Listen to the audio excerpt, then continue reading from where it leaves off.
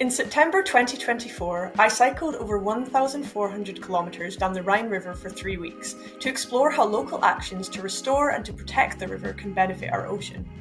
Over the past few episodes, I've explored different topics with local people along the river that are driving positive change.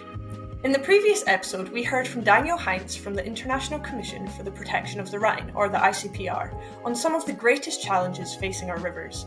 We have the solutions we need to overcome these. We just need to implement them quickly and at scale.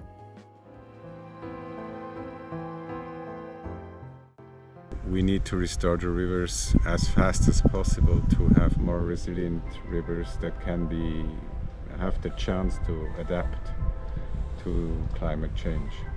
We have the chance to restore because nature comes back quite fast if you give it the chance, and that's obvious in freshwater systems. If you give rivers enough room, they recover itself.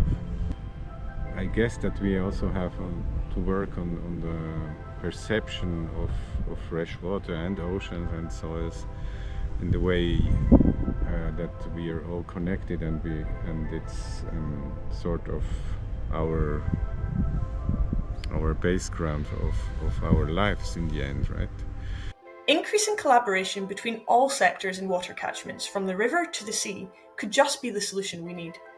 So I think the trend goes towards more cross-sector cooperation, away from silo thinking, and that applies to collaboration of marine and river organizations too. I would say even more intersectoral cooperation, less silo thinking. I understand that it's necessary to say I'm responsible for this topic and she or he or that organization for that one, because it's legally defined, but maybe a bit more fluid, a bit more flexible. I think for migratory fish it's fine. For pollution, it should go up that direction probably, towards more close collaboration.